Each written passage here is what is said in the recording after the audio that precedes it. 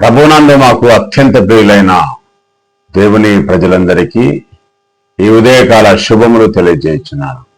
అందరు బాగున్నారా? మీరందరూ బాగుండాలని, మీరందరూ ఎల్లప్పుడూ ప్రభునందు సంతోషించేవారిగా ఉండాలని, మీరందరూ ఎల్లప్పుడూ దేవుని యందు ఆనందించేవారిగా ఉండాలని నా హృదయపూర్వకంగా, నా మనస్పూర్వకంగా కోరుకుంటున్నాను. జ్యోతిర్మయుడగు దేవుని సంగమా, దేవుని సమాజమా, దేవుని బిడ్డలారా, క్రీస్తు స్వరక్తమిచ్చి సంపాదించిన సంగమా, ఈరోజు బైబిల్ గ్రంథంలో నుండి ఒక దివ్యమైన వాక్య భాగం నుంచి ఒక భయం అనే ఒక సబ్జెక్ట్ను ఉపదేశించుండగా మీరు ఆసక్తితోనే వినవలసిందిగా ప్రభు పేరిట మిమ్మల్ని కోరుతున్నాను.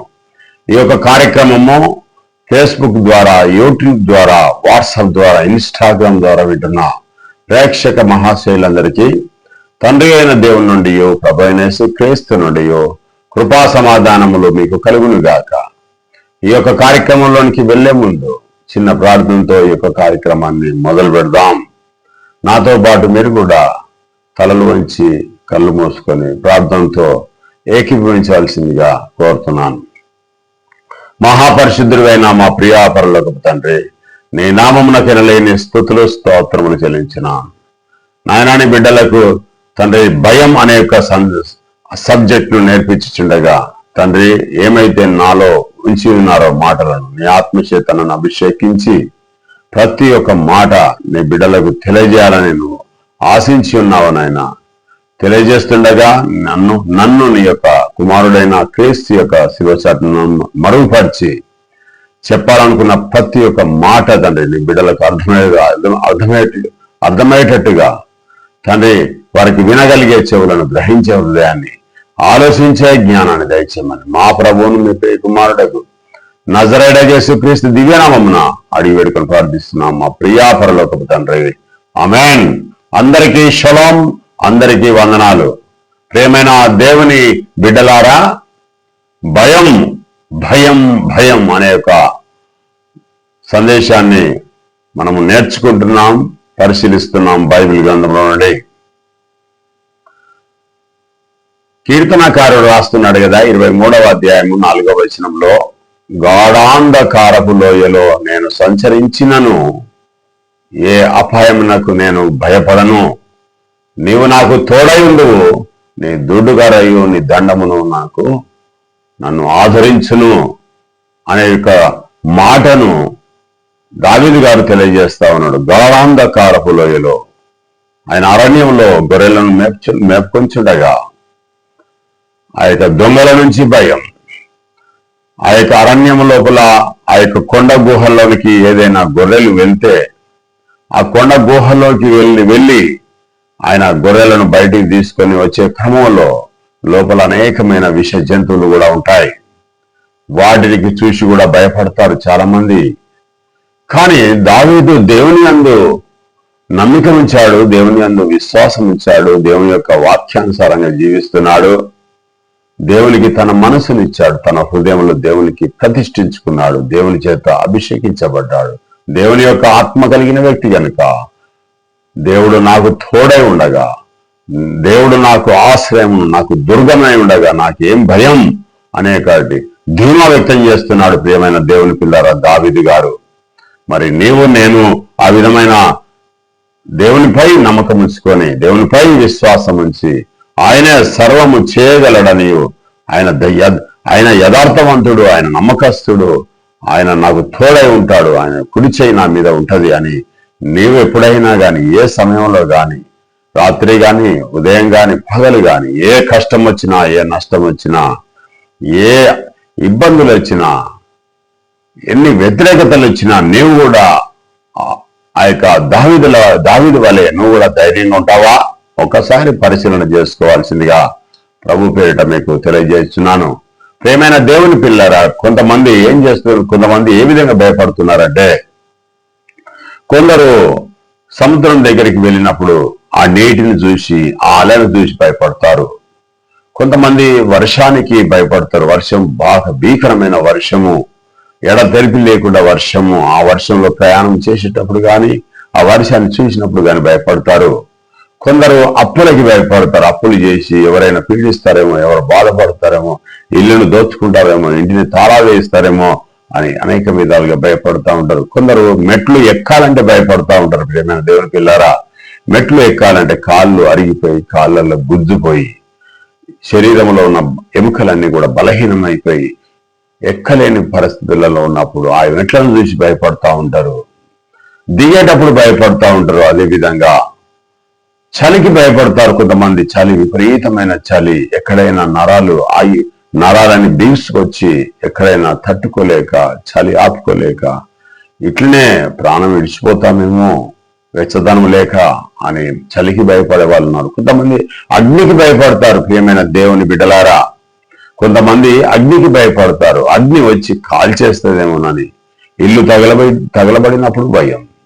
ఏదైనా వంట చేసేటప్పుడు, ఏదైనా బొగ్గుమని, ఏదైనా స్త్రీలు ఏదైనా పాత్ర దించేటప్పుడు ఏదైనా జారి కింద పడుతుందేమోనని భయం. లేకుంటే ఏదైనా పొంగినప్పుడు భయం. ఏదైనా ఇల్లు కాలినప్పుడు భయం. లేకుంటే అరణ్యము, అడవి ఎండి అది ఏదైనా చిన్న విపత్తు సంభవించినప్పుడు భయం. ప్రియమైన అగ్నికి భయం ఉంటుంది. ఎక్కువ ఎండ కొట్టినా భయమే. ఎక్కడైనా సొమ్మసిల్లి పడిపోతామని, నీళ్ళు లేక, దాహం లేక ఎక్కడైనా పడిపోతామని భయం. కొంతమంది బావిని చూసి భయపడతారు. ప్రియమైన దేవుని పిల్లలు, బావిని చూడగానే ఏదో ఒక భయంకరమైన ఆలోచన లోపల తిరుగుతూ ఉంటది. అది కళ్ళు తిప్పినట్టు, కింద పడిపోయినట్టు.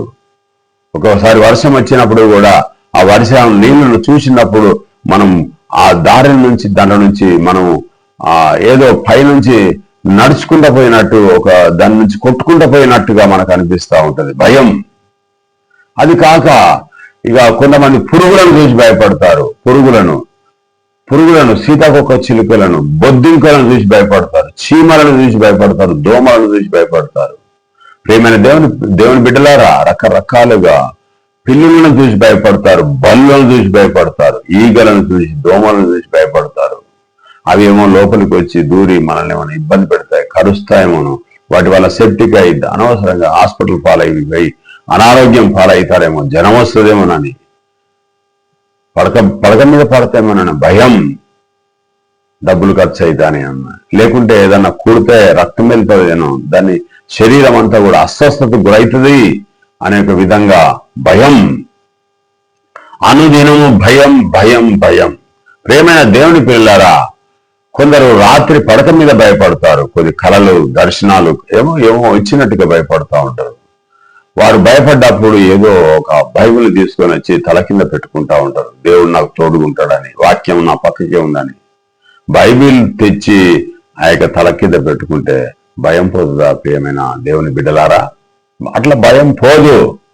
ఎందుకంటే బైబిల్ వాక్యము నీ హృదయంలో ఉంటే భయం పోతుంది, కానీ తల కింద పెట్టుకుంటే భయం పోదు. కొంతమంది క్రైస్తవుల బోధకులు కూడా ఈ విధంగానే బైబిల్ తల కింద పెట్టుకోండి, ఏ దయ్యం రాదు, ఏ భూతం రాదు, ఏ శాపం రాదు, ఏ పీడకలలు రావు, ఏ శుద్ధ శక్తులు పనిచేయవు అనేక విధాలుగా చెప్తూ ఉంటారు. నూనె రాసుకోండి, కర్సిబుల్ దగ్గర పెట్టుకోండి, మేము మంత్రిచ్చి ఇచ్చినవని, ప్రార్థన చేసి ఇచ్చిన వాటి మీ దగ్గర పెట్టుకోండి, మీరు భయపడరు. అనేక విధాలుగా మభ్యపెడతా ఉంటారు. అవన్నీ కూడా ఒట్టియే, అవన్నీ వాస్తవాలు కావు. ప్రియమైన దేవుని పిల్లరా, ఇంకా ఏంటిదంటే, ఏదో మనం రోడ్డు మీద నుంచి నడుచుకుంటా వెళ్తా అంటే కుక్క భౌ అని అరిచిన భయం,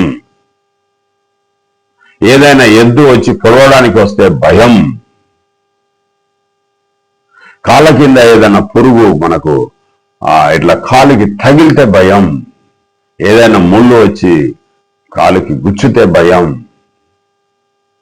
ఏదైనా రాత్రిపూట మనం ఏదైనా నడుచుకుంటూ వెళ్ళేటప్పుడు ఏదైనా ఒక నీడ కనపడితే భయం, ఏదైనా ఒక తెల్లగా ఏదన్నా చీర కట్టుకొని ఒక వ్యక్తి అటు నుంచి వెళ్తే, అటు నుంచి నడుచుకుంటూ వెళ్తా అంటే చూస్తే భయం, ఏదైనా నల్లటి దుస్తులు వేసుకొని ఒక వ్యక్తి అటు నుంచి నడుచుకుంటూ పోతా అంటే దయ్యం వస్తుంది, భూతం వస్తుంది, ఏదేదో వచ్చిందని భయం. ప్రియమైన దేవుని బిడ్డలారా, కొంతమంది ఈనాడు మంత్రశక్తులకు భయపడతా ఉన్నారు, క్షుద్ధ శక్తులకు భయపడుతున్నాడు, మంత్రస్థానాలకు భయపడతా ఉన్నాడు. ప్రియమైన దేవుని బిడ్డలారా, హైదరాబాద్ లోపల కానీ మీరు చూశారు, ఒకడు ఆ మెడ నిండా తాయితలు వేసుకొని శరీరం అంతా కూడా ఆ యొక్క బూడిద పూసుకొని నామాలు పెట్టుకొని శరీరం మీద బట్టలు లేకుండా ఆ రోడ్డు మీద తిరుగుతా ఉన్నాడు. వాడు ఏదో మతం అని వాడు ఒక ఏదో విధంగా డంబంతో ప్రవర్తిస్తా ఉన్నాడు. వాడిని చూసి పోలీసులు కూడా భయపడుతున్నారు. అధికారంలో ఉన్న పోలీసులు కూడా భయపడుతున్నారు. ప్రతి ఒక్కడు కూడా భయం అనే ఒక నీడలో ఉంటున్నాడు. భయం భయం భయం భయం వాడిని ఎక్కడికి దారితీస్తా ఉందంటే మానసికమైన రోగగ్రస్తులుగా తయారు చేస్తుంది భయం. ప్రియమైన దేవుని బిడ్డలారా, దోమ వచ్చి కుడితే భయపడుతున్నారు. రాత్రి ఏదైనా ఒక శబ్దం వస్తే భయపడుతూ ఉన్నారు. మొత్తం లైట్లన్నీ బంద్ అయిపోయి ఒక్కడివే ఒంటరిగా ఉంటే ఏ చిన్న శబ్దం వచ్చినా భయపడుతున్నారు. పిల్లి గట్టిగా కళ్ళతో చూస్తే భయపడుతున్నారు. అది భయపడి ఉరికే జంతువే కదా, దానికి ఎందుకు భయపడాలి? అది చూసినా భయపడుతూ ఉన్నారు.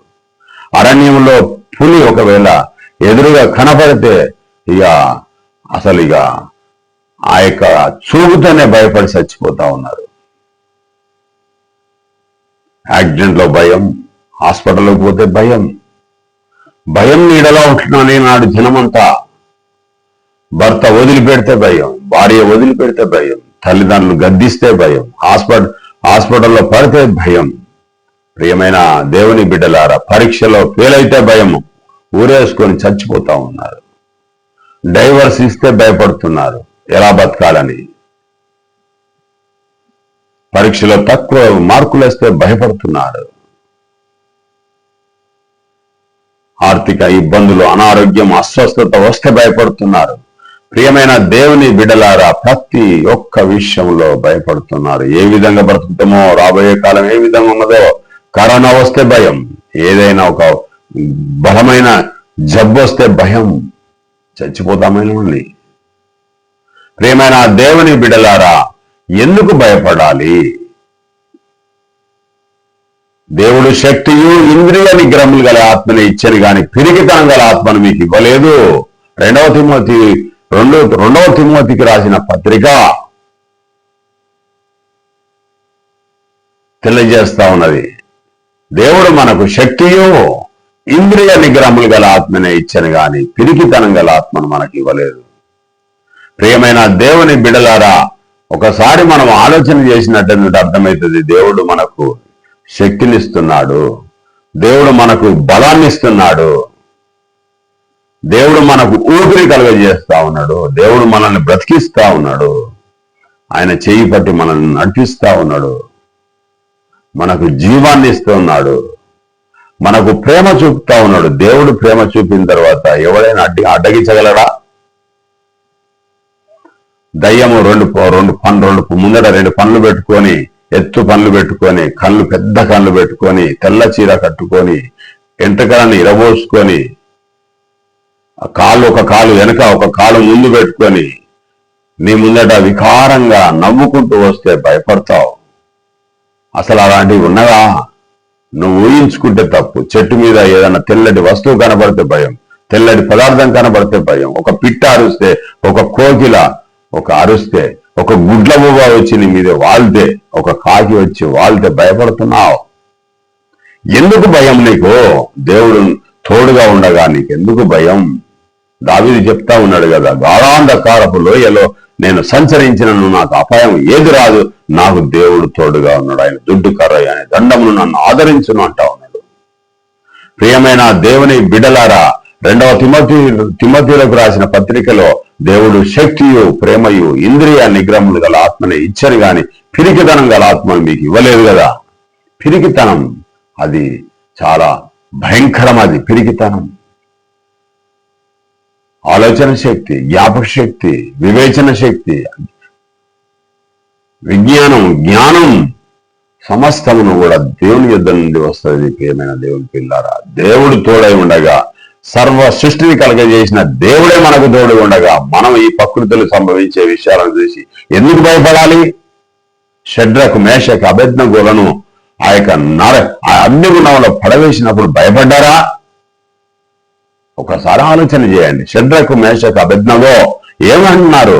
నెబుకద్నెజర్ ప్రపంచ చక్రవర్తి 60 అడుగుల చిల్లర ఆ యొక్క విగ్రహాన్ని తయారు చేసి దానికి సాష్టంగా నమస్కారం చేస్తేనే మీరు బ్రతుకుతారు, లేకుంటే ఈ అగ్నిలో కాల్చి వేస్తాను, ఈ అగ్నిగుండంలో నెట్టేస్తానని ఆ యొక్క నెబుకద్నెజర్ చెప్పినప్పుడు షడ్రకు మేషకు అబేద్నెగోలు భయపడ్డారా?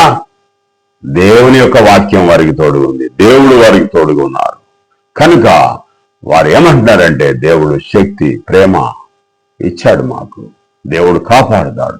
ఒకవేళ దేవుడు కాపాడకున్నా పర్వాలేదు, మేం మాత్రం నువ్వు పెట్టిన విగ్రహానికి మొక్కమని ఎంత ధైర్యం కలిగి ఉన్నారు. దేవుడు శక్తి ఇచ్చాడు, ధైర్యం ఇచ్చాడు.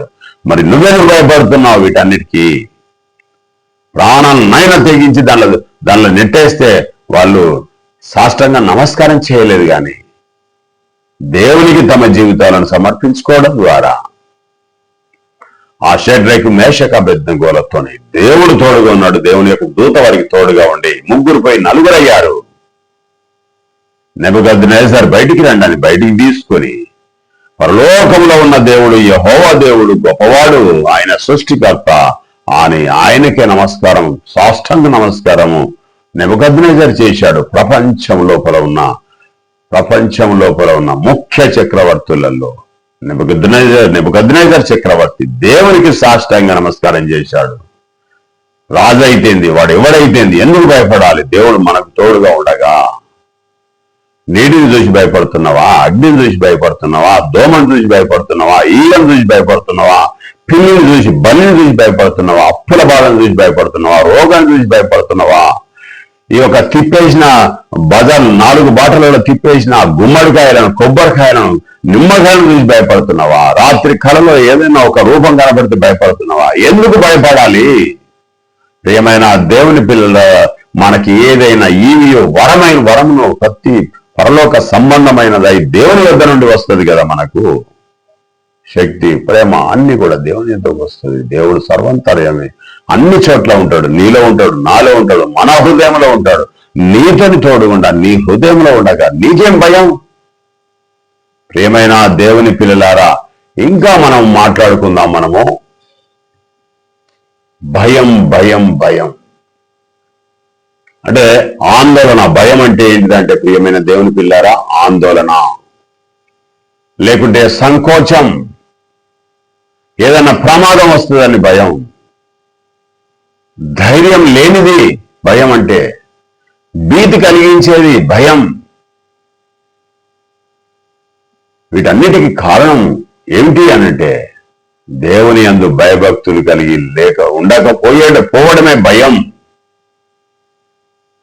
ప్రియమైన దేవుని పిల్లలారా, యోబు గ్రంథం 28వ అధ్యాయము 28వ వచనములో, యెహోవా యందు భయభక్తులు కలిగి ఉండుటయే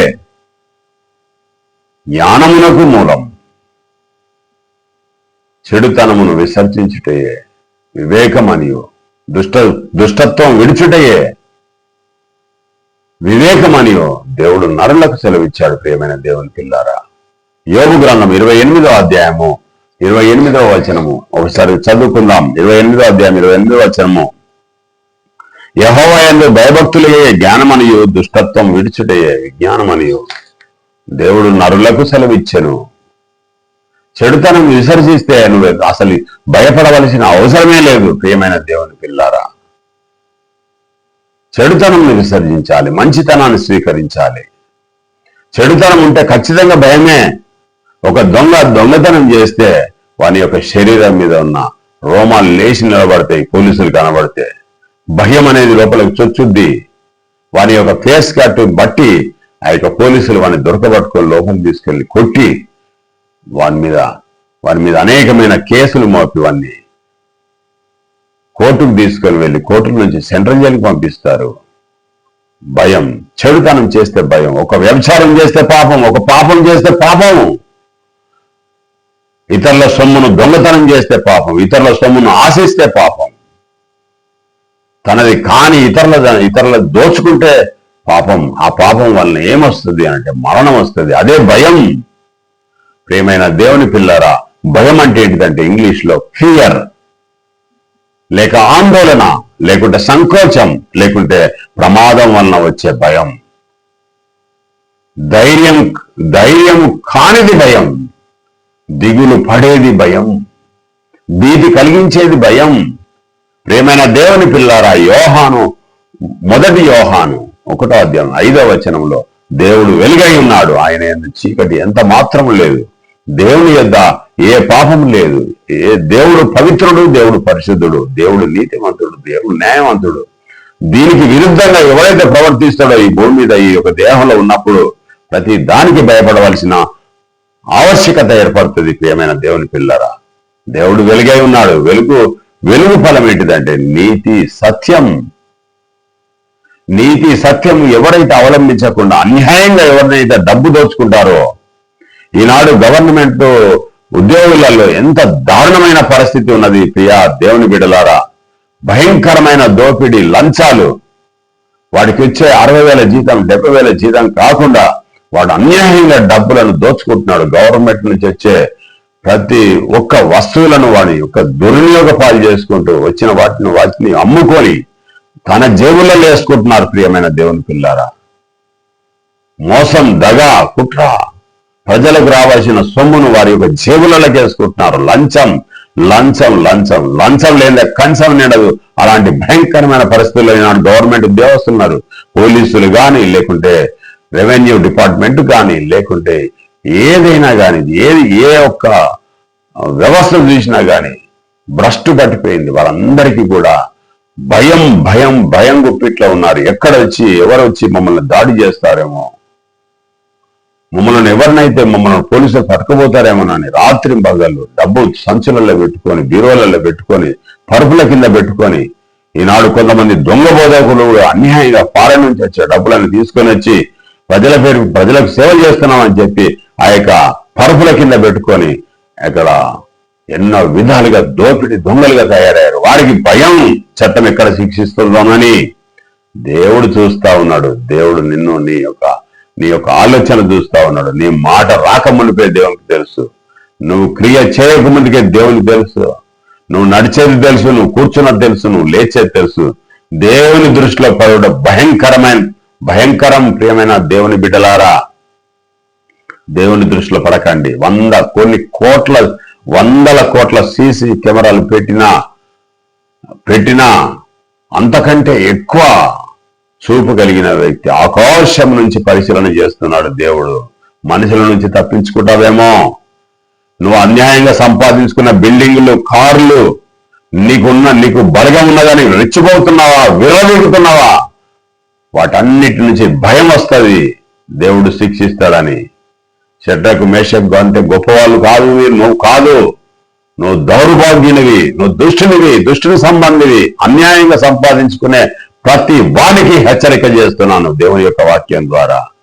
నశిస్తారు, కుషిస్తారు. దేవుని యొక్క శక్తి వచ్చి నిన్ను నాశనం చేస్తుంది. నీ దేహంలో ఉన్నప్పుడే నువ్వు ప్రభుని నమ్ముకో. యేసుక్రీస్తు ప్రభు జీవించిన జీవితం ఈ లోకంలో అంత గొప్ప ఐశ్వర్యవంతుడైన ఆయన పేదవాడిగా తను తగ్గించుకొని బతికాడు. రాజుగా చేస్తానంటే తప్పించుకొని పోయాడు. నీ యొక్క దురలవాట్ల చేత, నీ దురహంకారం చేత, డబ్బు మదంతో ఏదో సంపాదించుకోవాలని అన్యాయంగా ఆస్తిని కూడా పెట్టుకుని వాడు తాను పెట్టని గుడ్డను పొదువు కౌరు పెట్టవలే ఉన్నాడని హబక్కు గ్రంథంలో చెప్తా ఉన్నాడు. ప్రియమైన దేవుని పిల్లారా, అదే ప్రసంగి గ్రంథంలో కూడా చెప్తా ఉన్నాడు. అన్యాయంగా ఆస్తి సంపాదించుకుంటున్నారు ఈ నోడున. న్యాయంగా కాకుండా, తనకు వచ్చిన జీతం కాకుండా అన్యాయంగా డబ్బు సంపాదించుకొని కళ్ళు తల మీదకి ఎక్కి ఎదుటి వ్యక్తిని దూషిస్తున్నారు, అవమానిస్తున్నారు. అందరి జీతగాళ్ళుగా, బానిసలుగా చూస్తున్నారు. కళ్ళు తలకెక్కాయి, పొగరికెక్కాయి. ఒక్కొక్కరికి భయం అనేది ఉండట్లేదు. యెహోవా యందు భయభక్తులు కలిగి ఉంటే జ్ఞానం, యెహోవా యందు భయభక్తులు కలిగి ఉంటే ఎలాంటి దానికి భయపడవలసిన అవసరం లేదు. ప్రియమైన దేవుని పిల్లారా, యూదా పత్రిక 1వ అధ్యాయం 6వ వచనంలో, దానిలో 1వ అధ్యాయం ఉంటుంది. 6వ వచనంలో, తమ ప్రధానత్వమును నిలుపుకోలేక తమ నివాసమును విడిచిన దేవదూతలను మహాదినము జరుగు తీర్పున చీకట్లో నిత్యపాశ్యంలో ఆయన వారిని బంధించి భద్రం చేసెను.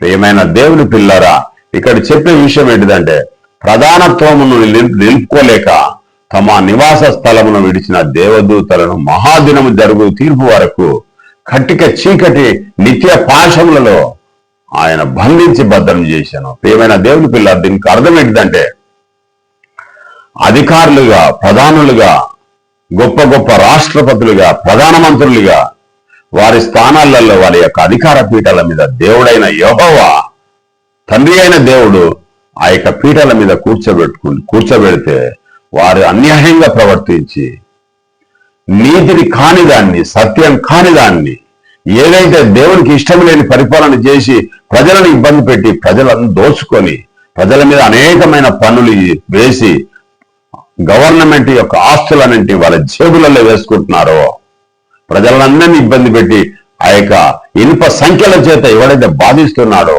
అవి అలాంటి పెద్ద పెద్ద నాయకులను ఆ ప్రధానత్వాన్ని వాళ్ళు నిలుపుకోలేరు కనుక వారిని నరకానికి పంపిస్తాడు దేవుడు.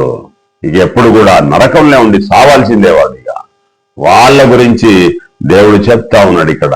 ఏమని? ప్రధానత్వమును నిలుపుకొనక, అంటే వారి యొక్క స్థాయిని సక్రమంగా, ఒక పవిత్రంగా, ఒక పరిశుద్ధంగా, ఒక నీతి న్యాయాలతోని పరిపాలించకుండా, దేవునికి వ్యతిరేకంగా, దేవుని ఆజ్ఞలకు వ్యతిరేకంగా, రాజ్యాంగం ఏదైతే ఉన్నదో ఆ భారత రాజ్యాంగం కానీ ఏ రాజ్యాంగం, ప్రపంచంలో ఉన్న రాజ్యాంగాలు ఏమైతే ఉన్నాయో ఆ రాజ్యాంగాలని కూడా బైబిల్ నుంచే తీయబడ్డాయి. అవన్నీ కూడా ఆ రాజ్యాంగాలకు అనుకూలంగా కాకుండా, ఆ రాజ్యాంగాలకు వ్యతిరేకంగా, దేవుని యొక్క శాసనాలకు వ్యతిరేకంగా, దేవునికి వ్యతిరేకంగా పాపం చేసి ప్రజలను హింసించి ప్రజలను అధోగతికి పట్టించే నాయకులకు దేవుడు నిత్య పాశంలో దాచిపెడతా ఉన్నాడు.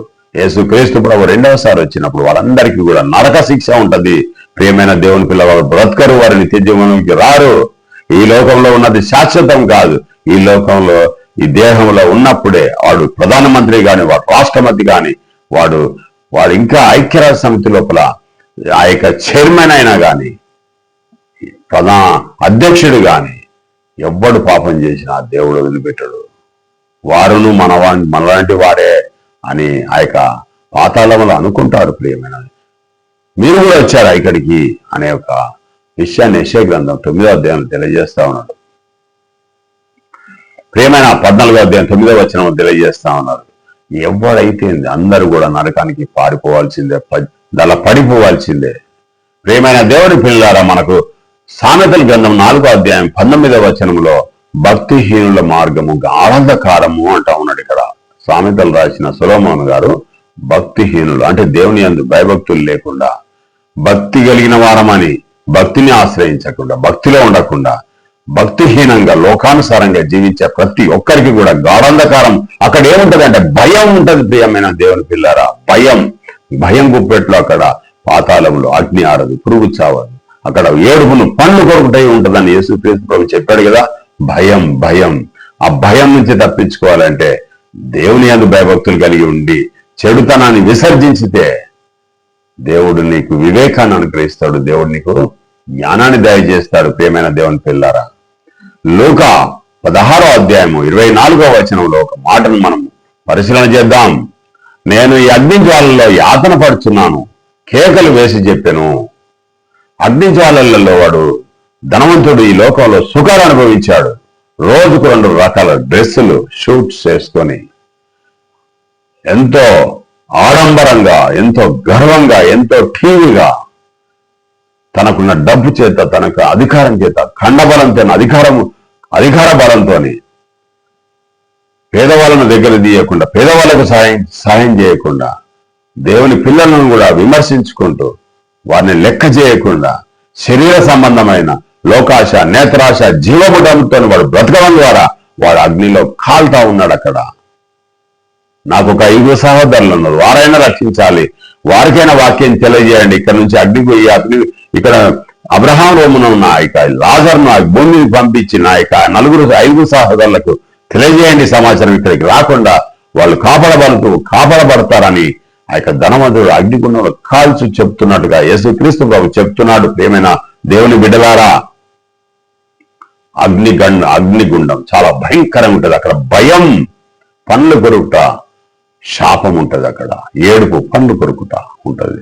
అందుకని భూమి మీద బ్రతుకున్న కాలంలో దేవునికి భయపడినట్టే ఉంటే ఆ అగ్నిగుండం నుంచి తప్పించుకొని దేవుని యొక్క నిత్యరాజ్యమైన పరలోక రాజ్యంలో పరలోక సంబంధమైనది దేవుని యొక్క ఈవులతో నేను నింపి పరిశుద్ధ పట్టణంలో నీకు నివసించడానికి దేవుడు గొప్ప అవకాశం మీకు దయచేస్తాడు. ప్రియమైన దేవుని పిల్లారా, అంత పెద్ద ప్రధానత్వమును నిలుపుకోలేని పెద్ద పెద్ద నాయకులనే దేవుడు వాళ్ళ అగ్నికి ఆహుతి చేస్తూ ఉంటాడు రాబోయే రోజులలో.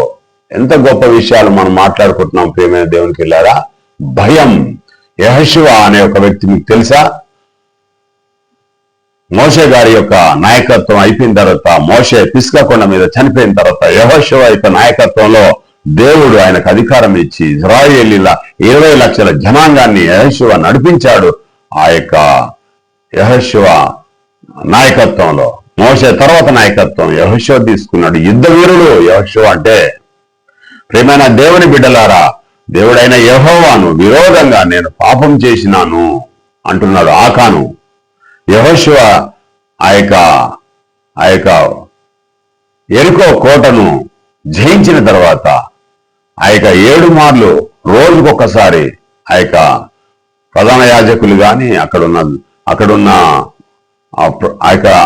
ప్రజలు గాని అక్కడున్న సైన్యం గాని ఆ యొక్క మొత్తం రోజుకొకసారిగా ఆ యొక్క యెరికో కోట చుట్టూ తిరిగేటట్టుగా, యోధులు తిరిగేటట్టుగా, లేకుంటే లేవీయులు తిరిగేటట్టుగా, లేకుంటే యాజకులు తిరిగేటట్టుగా బూరలు పట్టుకొని ఊదుకుంటూ ఆ యొక్క యెరికో కోట చుట్టూ రోజుకొకసారి 7వ దినాన 7 సార్లు తిరిగి ఆ బూరలు ఊదుతా ఉంటే చివరికి ఆ యెరికో కోటలు 2 లారీలు అటు, ఒక లారీ అటు, ఒక లారీ ఇటు తిరిగి అంత వెడల్పైన పెద్ద కోట, వరంగల్ కిల్లా లాంటి కోట 2 అంతలుగా ఉంటది. అంత పెద్ద కోట వారు పాటలు పాడుకుంటూ ఆ యొక్క బూరలు ఊదుకుంటూ మహాశబ్దం చేస్తే 20 లక్షల జనాంగం ఒకేసారి అరిస్తే యెరికో కోటలు బద్దలై కూలిపోయాయి. ప్రియమైన దేవుని బిడ్డలారా, ఆ యెరికో కోట లోపల ఉన్న దేవుని యందు విశ్వాసం ఉంచిన రాహబు అనే ఒక వేశ్య మాత్రము తన యొక్క తండ్రి, తన యొక్క తల్లి, తన యొక్క అన్నదమ్ములు, తన రక్త సంబంధికులు మాత్రమే దేవుడు వారిని రక్షించి మిగతా వాళ్ళందరినీ చంపేశాడు. వీళ్ళందరూ యెహోషువ యొక్క సైన్యం మొత్తం కూడా వారందరినీ చంపేసింది దేవుని యొక్క ఆజ్ఞ వలన. దేవుడు ఆల్రెడీ చెప్పాడు యెహోషువతోని, ఆ పట్టణాన్ని మీకు అప్పగిస్తా ఉన్నాను, ఆ పట్టణంలో ప్రతి వస్తువు నిషేధించదగిందే, దాంట్లో నుంచి ఏది కూడా మీరు దాచిపెట్టుకోవద్దంటే ఆకాన్ అనేవాడు దాని నుంచి ఒక వస్త్రాన్ని తీసుకున్నట్టుగా మనకు బైబిల్ గ్రంథం తెలియజేస్తా ఉన్నది. ఒక బంగారు కమ్మి తీసుకున్నాడు, ఒక వెండి వస్తువు తీసుకున్నాడు, దాచిపెట్టుకున్నాడు. ఆయన గుడారంలో దాచిపెట్టుకుంటే ప్రజల మీదకి దేవుని యొక్క తీర్పు వచ్చి వారు వెళ్తున్న ఆ యొక్క యుద్ధంలో ఓడిపోవాల్సిన అవసరం ఏర్పడ్డది. తెగులు వచ్చేసింది వారి మీదకి. ఎందుకంటే వారి యొక్క ఆ యొక్క ఆకాను ఒక్కడు చేసిన పాపం మూలంగా ఏమైందంటే భయం వచ్చింది ఆ యొక్క కుటుంబంలో. భయం భయం భయం. ఏం భయం అంటే ఆకాను ఒక్కడే పాపం చేశాడు. కానీ ఆకాను చేసిన పాపానికి తన యొక్క ఆడపిల్లలు, తన యొక్క మగపిల్లలు, తన యొక్క భార్య, తనకున్న ఎద్దులు, తనకున్న గాడిదలు, తనకున్న సమస్తాన్ని కూడా, తనకున్న డేరాను అన్ని కూడా ఒక లోయలోకి పంపించేశారు. ఆ యొక్క లోయ పేరు అకోరు అనే యొక్క లోయ. ప్రియమైన దేవుని బిడ్డలారా, ఆ యొక్క లోయలోనికి పంపించేసి ఆ శాపగ్రస్తమైన ఆ వస్తువులను, ఆ యొక్క బట్టలను తీసుకోవడం ద్వారా తనొక్కడే నాశనం కాక తన పిల్లలను, తన యొక్క భార్యను, తన యొక్క ఆస్తిని, తనకున్న బలగాన్ని మొత్తం సమస్తాన్ని కూడా, రక్త సంబంధికులను కూడా తీసుకుని వెళ్ళి ఆ లోయలేసి ఆ కోరు లోయలో వేసి రాళ్లతో కొట్టి చంపేశారు ఆ ఇజ్రాయేలీలు. ఎంత భయానకమైన కార్యక్రమం అది. దేవునికి వ్యతిరేకంగా పాపం చేస్తే పాపం వలన వచ్చి జీతం మరణం. కానీ దేవుని యొక్క కృపావరం ఏంటిదంటే యేసుక్రీస్తు యందు ఎవడైతే ప్రపంచంలో ఉన్న ప్రతి ఒక్క మానవుడు యేసుక్రీస్తు నందు నిత్యజీవం ఉంటే మాత్రము, నమ్మిక ఉంచితే మాత్రము, యేసుక్రీస్తు ప్రభు దేవుని కుమారుడని విశ్వసించి దేవుని యందు భయభక్తులు కలిగి ఎవరైతే బ్రతుకుతాడో, యేసుక్రీస్తు ప్రభు దేవుని కుమారుడని ఎవడైతే విశ్వసించి తన నోటితో ఒప్పుకొని హృదయమందు విశ్వసిస్తాడో వాడు రక్షించబడతాడు. లేకుంటే దేవునికి వ్యతిరేకంగా ఇలాంటి పాపపు క్రియలు, ఆకోన్ లాంటి పాపక్రియలు ఎవరైనా చేసినా గాని వాణ్ణి మాత్రం దేవుడు వదిలిపెట్టాడు. వాడికి నరకాగ్నికే, వానికి యేసుక్రీస్తు ప్రభు రెండవసారి వచ్చినప్పుడు వానికి నరక శిక్ష, వానికి నరకమే. యేసుక్రీస్తు ప్రభు దేవుని యొక్క కుమారుడు. ఆయన అందు విశ్వాసం ఎవడైతే ఉంచి ఈ భూమి మీద బ్రతుకుతాడో, దాని దేహంలో పవిత్రతో పరిశుద్ధతో ఎవరైతే జీవిస్తాడో వాడు దేవుని కుమారులుగా స్వీకరించబడతారు. యేసుక్రీస్తు ప్రభుకు సహోదరులుగా ఉంటారు. ప్రియమైన దేవుని పిల్లారా, ఇంకొక మాటను మనం నేర్చుకుందాం. 6వ అధ్యాయం 27వ వచనంలో యెహోషువకు తోడై ఉన్నాడు దేవుడు కనుక అనేకమైన యుద్ధాలను గెలిచాడు. యెహోషువ ఫైటర్, మహాయోధుడు, సర్వ సైన్యాలకు యోధుడు. అయినా గాని ఆ యొక్క యెహోషువ దేవుని మీద నమ్మకం ఉంచాడు, దేవుని మీద విశ్వాసం ఇచ్చాడు. దేవుడు ముందు నడిపించాడు, దేవుడు ముందుండి ఆయన నడిపించాడు. దేవుడే యుద్ధాలు చేశాడు యెహోషువ ద్వారా. నాయకత్వంలో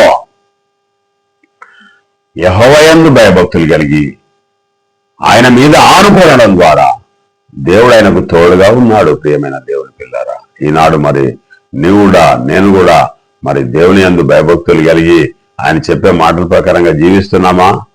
అట్లా జీవిస్తేనే క్రైస్తవులు అనబడతారు. యేసుక్రీస్తు ప్రభు అన్నాడు కదా, నా యందు పాపం ఉన్నదని ఎవడైనా నిరూపించగలవా అని సవాల్ విసిరాడు కదా. మరి నేను అంత సవాల్ విసిరే స్థాయికి ఉన్నామా? ఒకసారి పరిశీలన చేసుకో. భక్తిహీనులు నాశనమైపోతారనే ఒక మాట కూడా మనం నేర్చుకున్నాం. పరలోక రాజ్యానికి చేరరు భక్తిహీనులు అంతముందుతారు. భక్తుల యొక్క పాదాల కింద ధూళిలాగా తయారవుతారు. లంచాలు తీసుకునే వాళ్ళకు జాగ్రత్త. ఈ యొక్క వాక్యం ద్వారా విని ఈ వాక్యం ద్వారా జీవిస్తేనే మీరు లంచగొండలుగా కాకుండా, దోపిడి దొంగలుగా కాకుండా మీకున్న జీతంలోనే బతికితే సరాసరి, లేకుంటే నరకమే. ప్రియమైన దేవుని బిడ్డలారా, ఈ రోజున మనం ఇంకొక వాక్యాన్ని మనం నేర్చుకుందాం. సంఖ్యాకాండము 16వ అధ్యాయం 23వ వచనంలో వారును వారి సంబంధులను ప్రాణంతో పాతాళములో కూలిరి. ప్రియమైన దేవుని పిల్లారా, ఈ యొక్క వాక్యం ఎవరి గురించి తెలియజేస్తా ఉందంటే 280 మంది భూమి నెల విడిచి భూమిలోనికి దిగిపోయారు, పాతాళంలోకి దిగిపోయారు ప్రాణం ఉండగానే. ఎందుకు జరిగింది ఇది? మోషే మీదకి, అహరోన్ మీదకి తిరగబడ్డారు. కొరహు అనే ఒక వ్యక్తి, దాతాను అనే ఒక వ్యక్తి, అభిరామ్ అనే ఒక వ్యక్తి, వారి ముగ్గురుతోని 280 మంది సహకరించి తిరుగుబాటు చేశారు. మోషే మీద, అహరోన్ మీద తిరుగుబాటు చేస్తే దేవుడు ఏర్పాటు చేసుకున్న నాయకులు వాళ్ళిద్దరు, దేవుని యొక్క ఏర్పాటు చేసుకున్న నాయకుల మీద తిరుగుబాటు చేస్తే దేవుడు ఏం చేశాడంటే వారందరినీ వేరు చేసేయని దేవుడు ఒక మాట చెప్పాడు మోషేతోని. వారందరినీ వేరు చేసేసి వారి గుడారముల దగ్గరనే మీరు నిలబడండి అని చెప్తే వారు గుడారముల దగ్గర నిలబడితే భూమి నెరవిడిచి వాళ్ళ ప్రాణంతోనే మింగేసింది. ప్రియ దేవుని బిడ్డలారా, చూసారా దేవుని యొక్క కోపం, దేవుని యొక్క ప్రచండమైన కోపం, దేవుని యొక్క ఆగ్రహం ఎంత గొప్పది అనంటే దేవుడు ఎంత ప్రేమ కలిగిన వాడో, దేవుడు అంత భయంకరుడు. దేవుని యందు భయభక్తులు కలిగి జీవించక ఆయనకు వేరుపడిన ఏ కుటుంబము, ఏ మనిషి, ఏ వ్యక్తి బతికి బట్ట కట్టలేడు. వాడు చావేవానికి గతి. కొరహు, దాతాను, అభిరాము అనే ఒక ముగ్గురు వ్యక్తులు దేవుడు ఏర్పాటు చేసిన అధికారాలను ఇచ్చిన నాయకులుగా నియబెట్టిన అహరోను మోషేకు వ్యతిరేకంగా తిరగడం ద్వారా, వారి మీద దాడి చేయడం ద్వారా, వారి మీద అనేకమైన మాటలు చెప్పడం ద్వారా, వారిని దూషించడం ద్వారా దేవుడు వారికి ఇచ్చిన శిక్ష ఏంటిదంటే భూమిని 2 భాగాలుగా విభజన చేస్తే భూకంపం తెచ్చాడు. వారి యొక్క ఇల్లులు మాత్రమే, వారి యొక్క భార్య పిల్లలు మాత్రమే దానిలో దిగిపోయారు. మిగతా వాళ్ళందరూ బతికారు. దేవునికి అసాధ్యమైనది ఏదైనా ఉన్నదా? తాను మాట సెలవిస్తే ఈ యొక్క సర్వ సృష్టి కలిగింది. సర్వ సృష్టి అంతా కూడా దేవుని యొక్క మాట వలన కలిగింది. ఆ కలిగిన సృష్టిలో ఆదామును తయారు చేసి నా ఇష్టానుసారంగా మీరు బ్రతకండి అంటే వారు పాపం చేసి మన వరకు కూడా పాపం వస్తా ఉన్నది సీరియల్ గా. దేవుడు అనుకుంటున్నాడు కదా, నిన్ను నన్ను పవిత్రపరిచి మళ్ళీ ఒక లోకాన్ని, ఒక పరలోక రాజ్యాన్ని ఏర్పాటు చేయాలని మానవుల నుండి ఒక మానవుని సృజించి ఆయన పవిత్రపరిచి పరిశుద్ధపరిచి ఆయనలో దేవుని యొక్క ఆత్మ నుంచి ఆ వ్యక్తిని సర్వ మానవాళి కొరకు ప్రాణం పెట్టమని ఒక వ్యక్తిని ఎన్నుకున్నాడు. ఇజ్రాయెల్ దేశంలో బెత్లెహేం అనే ఒక దేశంలో పుట్టించి నజరేతులో పెంచి మళ్ళీ యూదయ ప్రాంతంలోకి వచ్చి ఆ యొక్క గొల్గొతా కొండపైన ప్రాణం పెట్టు అని దేవుడు చెప్పాడు కనుక ఆయన ప్రాణం పెట్టాడు. దేవుని యొక్క కుమారుడయ్యాడు ప్రాణం పెట్టి. మరి నువ్వు నేను దేవుని యొక్క ఇష్టానుసారంగా బ్రతికి దేవుడిచ్చే మేలులు పొంది యేసుక్రీస్తు స్థలంలో ఉండే స్థలంలో మనం ఉంటామా? ఒక్కసారి ఆలోచన చేయవలసిందిగా ప్రభు పేరిట మీకు తెలియజేస్తా ఉన్నాను. సంఖ్యాకాండం 16:23 ఉన్న మాటను తెలుసుకున్నాం. వారితో వెంబడించిన 280 మంది భూకంపం కలిగించి దేవుడు వాళ్ళను ప్రాణంతోనే కప్పేశాడు. వాళ్ళందరూ కూడా పాతాళంలో దిగిపోయారు. ఒక విషయం మనం ఆలోచన చేసుకున్నట్టయితే ప్రియమైన దేవుని పిల్లారా, భయం నుంచి తప్పించుకోవాలి అని అంటే మనం ఒక్కసారి యేసేపు అనే ఒక వ్యక్తి దగ్గరికి వెళ్దాం. ఆదికాండము 39:9 నేనెట్లు ఇంత గొప్ప దుష్కార్యం చేసి దేవునికి విరోధంగా పాపము కట్టుకొందును, నేనెట్లు ఇంత గొప్ప దుష్కార్యం చేసి దేవునికి విరోధంగా పాపం కట్టుకొందును అని అంటా ఉన్నాడు. ప్రియమైన దేవుని బిడ్డలారా, ఆదికాండం 39:9 దుష్కార్యము అంటా ఉన్నాడు. పోతిఫెరా యొక్క భార్య చాలా అందంగా ఉంటది, దొరసాని, కోట్లకు పడగలెత్తింది. ఒక రక్షణ శాఖ మంత్రికి భార్య. ఆ యొక్క యేసేపు అనే ఒక వ్యక్తి ఆ కుటుంబం లోపల అన్ని బాధ్యతలు తీసుకున్న వ్యక్తి. పోతిఫెరా తర్వాత ఇంకెవరైనా గొప్ప వ్యక్తులు ఎవరన్నారంటే యేసేపు గొప్ప వ్యక్తి. కానీ ఒకప్పుడు బానిసగా కొనుక్కున్నాడు పోతిఫెరా. ఆ ఇంట్లో ఎప్పుడైతే అడుగు పెట్టాడో యేసేపు ఆ కుటుంబాన్ని దీవించాడు. ఆకాశం అంత ఎత్తుగా దేవుడు చేశాడు ఆ కుటుంబాన్ని. దేవుని పిల్లలు ఏ ఇంట్లో అడుగు పెడితే ఆ ఇల్లు గొప్పదిగా ఎంచబడుతుంది, ఆ ఇల్లు దీవించబడుతుంది. దేవుని పిల్లలు ఎప్పుడైనా వస్తే వారికి మంచినీళ్ళు ఇవ్వండి, లేకుంటే టీ ఇవ్వండి, లేకుంటే కాఫీ ఇవ్వండి, వారి అవసరాలు తీర్చండి, వారి అవసరాలు గమనించండి. దేవుడు నిన్ను నీ కుటుంబాన్ని దీవిస్తాడు. ఆ యొక్క యేసేపు ఏ సమయం ఆ ఇంట్లో అడుగుపెట్టాడో ఆ ఇల్లు దీవించబడ్డది. కనుక ఆ ఇంటి యొక్క ఆధిపత్యం, ఆ యొక్క డబ్బు మీద ఆధిపత్యం, ఆయనకున్న ఆస్తి మీద ఆధిపత్యం, ఆయన బీరోలో ఉన్న డబ్బులకు, బంగారానికి, వెండికి ఆధిపత్యం, సమస్తం అన్నిటి మీద ఆధిపత్యము యేసేపుకి ఇచ్చాడు పోతిఫెరా. యేసేపు అంటా ఉన్నాడు కదా, యేసేపు దగ్గరికి ఆ యొక్క పోతిఫెరా భార్య వచ్చి నా శరీరాన్ని పంచుకో, నా శరీరాన్ని వాడుకో, నా శరీరాన్ని సుఖపరచు, నాతోని శయనించు, నాతోని వ్యభిచారం చెయ్యి, నా కోరిక తీర్చు అని ఎంత ప్రయాసపడతా ఉంది. రోజు ఆయనను శోధిస్తా ఉన్నది. కానీ ఒకరోజు మాత్రము యేసేపు ఏమన్నాడంటే, నేను ఇంత గొప్ప దుష్కార్యం చేసి నేను దేవునికి విరోధంగా నేను ఎట్లు పాపం చేసి నీ పాపాన్ని కట్టుకొందును అని మాట్లాడుతా ఉన్నాడు. ప్రియ దేవుని బిడ్డలారా, ఎందుకు మాట్లాడుతా ఉన్నాడు? దేవుని యందు భయం కలిగి ఉన్నాడు, దేవుని యందు భక్తి కలిగి ఉన్నాడు. కొన్ని కోట్ల సీసీ కెమెరాల కంటే ఎక్కువ చూపు కలిగిన వాడు దేవుడు చూస్తా ఉన్నాడు ఆకాశంలో నుండి. ఆయన చూస్తా ఉంటే ఇంత గొప్ప దుష్కార్యం నేను చేసి దేవుని యొద్ద నుండి నేను ఎట్లా తప్పించుకుంటా అని మాట్లాడుతా ఉన్నాడు. ప్రియమైన దేవుని బిడ్డలారా, భయం అనేది దేవుని యందు భయభక్తులు కలిగి ఉండాలి. భయం అనేది దేవుని మీద భయం ఉండాలి. అప్పుడు పాపం చేయకుండా, పాపంలోనికి ప్రవేశించకుండా, పాపాన్ని అంటిపెట్టుకోకుండా, పాపం జీవితంలో జీవించకుండా ఒక పరిశుద్ధత వైపు జీవిస్తావు గనుక, నీతిమంతునిగా జీవిస్తావు గనుక దేవుని యొక్క కృప నీకు తోడుగా ఉంటది. ఎల్లవేళలా దేవుడి యొక్క దుడ్డుకర, దేవుని యొక్క దండం నీకు తోడుగా ఉంటది. దావీదుకు తోడుగున్నట్టుగా, యెహోషువకు తోడుగున్నట్టుగా, యేసేపుకు తోడుగా ఉన్నట్టుగా, అబ్రహాం తోడుగున్నట్టుగా, నోవహుకు తోడుగున్నట్టుగా, ఏలియాకు తోడుగా ఉన్నట్టుగా, ఎలీషాకు తోడుగున్నట్టుగా, నాకు తోడుగా ఉన్నట్టుగా సర్వ మానవాళికి ఎవరైతే నీతిమంతులుగా ఉన్నారో వారందరికీ తోడుగా ఉండులాగున నీకు కూడా తోడుగా ఉంటాడు. నువ్వు పరిశుద్ధమైన జీవితము, క్రీస్తు లాంటి జీవితం జీవిస్తే, అపోస్తుల్లాగా జీవిస్తే, ప్రవక్తలలాగా జీవిస్తే నిన్ను సరైన టైంకు గొప్ప చేస్తాడు. భయం భయం భయం, ఈ భయం నుంచి తప్పించుకోవాలంటే దేవుని యందు భయభక్తులు కలిగి జీవిస్తే ఈ లోకంలో ఉన్న ఈ పాపం నుంచి తప్పించుకొని పరిశుద్ధత వైపు నువ్వు జీవించడం ద్వారా ఈ లోకంలో కూడా నీకు నెమ్మదే, రాబోయే పరలోక రాజ్యంలో కూడా నీకు నెమ్మది, శాంతి, సమాధానము నీ కళ్ళు, నీ ప్రతి బాష్ప బిల్లు తుంచివేయబడుతుంది. ప్రియమైన దేవుని బిడ్డలారా, ఈ వాక్యమైన మీరందరు ధన్యులు. ఈ వాక్య ప్రకారం జీవించి దేవుని యొక్క కృపను పొందవలసిందిగా ప్రభువు పేరిట మీకు తెలియజేస్తాను. మీరందరూ కూడా ధన్యులు. ఈ వాక్యము మీ యొక్క వెనుకిట్లో ఈ యొక్క వాక్యము ఫలించునుగాక. చిన్న ప్రార్థనతో ఈ యొక్క కార్యక్రమాన్ని మనం ముగిద్దాం. అందరు నాతో పాటు ప్రార్థనలు ఏకీభవించండి. ఆశీర్వాదం కూడా తీసుకుందాం. మహాపరిశుద్ధుడు అయిన మా ప్రియ పరలోకపు తండ్రి, సకల ఆశీర్వాదాలకు కారణభూతుడు అయినావు మా పరలోకపు తండ్రి, నీ బిడ్డలకు ఏదైతే వినిపించాలని నా హృదయంలో ఉంచి ఉన్నారు, ఏది దాచిపెట్టుకోకుండా పంపించాను ఇచ్చాను ఆయన బిడ్డలకు తండ్రి.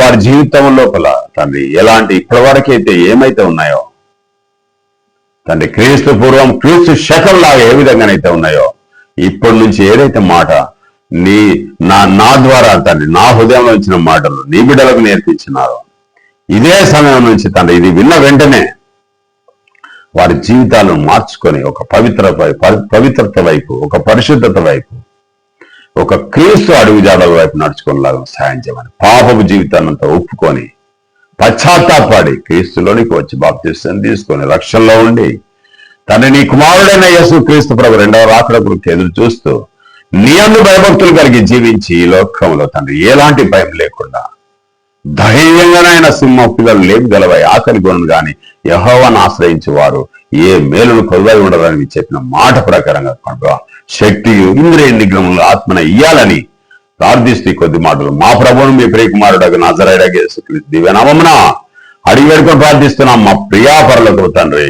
ఆమేన్. తండ్రి అయిన దేవుని యొక్క ప్రేమయు, కుమారుడైన యేసు క్రీస్తు ప్రభు యొక్క కృపయు, పరిశుద్ధాత్మ యొక్క అన్యోన్య సహవాసము విన్నని పిల్లలందరి మీదను, సమస్త పరిశుద్ధులందరి మీదను, నా మీదను, నా కుటుంబం మీదను ఉండునుగాక. ఆమేన్.